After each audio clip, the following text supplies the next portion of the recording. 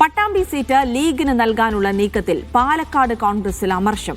Palakkad DCC യോഗത്തിലാണ് പട്ടാമ്പി ലീഗിന് നൽകരുതെന്ന ആവശ്യമുയർന്നത്. ഇത്തവണ കൈപ്പത്തി ചിഹ്നത്തിൽ മത്സരിച്ചാൽ പട്ടാമ്പിയിൽ വിജയിക്കും. ലീഗിന് പട്ടാമ്പി സീറ്റ് നൽകാനുള്ള തീരുമാനം പുനഃപരിശോധിക്കാൻ നേതാക്കൾ തയ്യാറാകണമെന്നും DCC അംഗങ്ങൾ യോഗത്തിൽ ആവശ്യപ്പെട്ടു. സാജിദ് അജ്മൽ വിവരങ്ങൾ നൽകും. സാജിദ്, ലീഗിന് പട്ടാമ്പി സീറ്റ് കൈമാറുന്നതിനെതിരെയാണ് ജില്ലയിൽ വലിയ എതിർപ്പുയരുന്നത്. ഇത് മാറ്റിവെക്കണം, അവിടെ കോൺഗ്രസ് തന്നെ മത്സരിക്കണം, വലിയ വിജയസാധ്യതയുണ്ട് തുടങ്ങിയ വാദങ്ങൾ കോൺഗ്രസ് തന്നെ ഈ യോഗത്തിൽ ഉന്നയിക്കുന്നു എന്നാണ് മനസ്സിലാക്കുന്നത്. ആരൊക്കെയാണ് എതിർപ്പുമായി രംഗത്തുള്ളത്? ഇതിലെന്തെങ്കിലും ഒരു നേതൃത്വത്തെ ഇക്കാര്യം അറിയിച്ചിട്ടുണ്ടോ? എന്താണ് നിലവിലെ വിവരങ്ങൾ?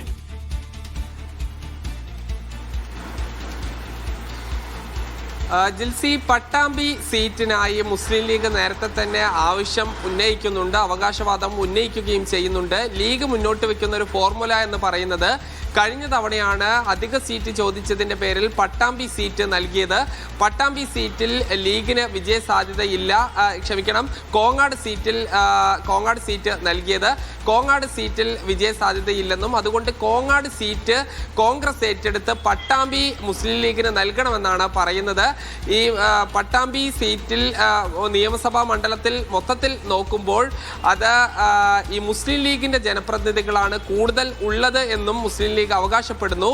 എന്തായാലും ഇതിൽ കോൺഗ്രസിന്റെ ഒരു വിഭാഗത്തിന് വലിയ എതിർപ്പുണ്ട്. പ്രത്യേകിച്ച് മുൻ MLA CP മുഹമ്മദ്, ഇപ്പോഴത്തെ നഗരസഭാ ചെയർമാനായ TP ഷാജി അടക്കമുള്ള പട്ടാമ്പിയിൽ നിന്നുള്ള നേതാക്കൾ ആവശ്യപ്പെടുന്നത് അത് ഒരു കാരണവശാലും പട്ടാമ്പി സീറ്റ് ലീഗിന് നൽകരുത്, പകരം അവിടെ കോൺഗ്രസ് തന്നെ മത്സരിക്കണം എന്നുള്ളതാണ്. അവിടെ നമുക്കറിയാം, കഴിഞ്ഞ തവണ ഈ റിയാസ് മുക്കോളി എന്ന യൂത്ത് കോൺഗ്രസിന്റെ നേതാവാണ് മത്സരിച്ചത്. അദ്ദേഹം ഇപ്പോഴും പട്ടാമ്പി കേന്ദ്രീകരിച്ച് ഉണ്ട്.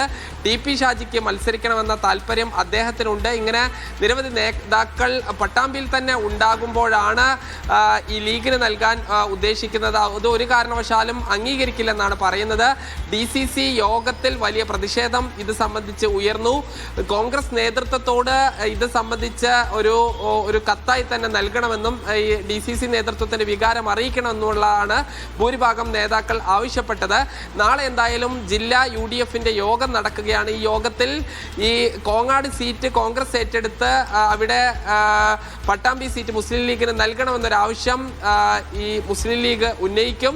എന്നാൽ ഇതിനെ ഒരു വിഭാഗം കോൺഗ്രസ് നേതാക്കൾ എതിർക്കാനാണ് സാധ്യത.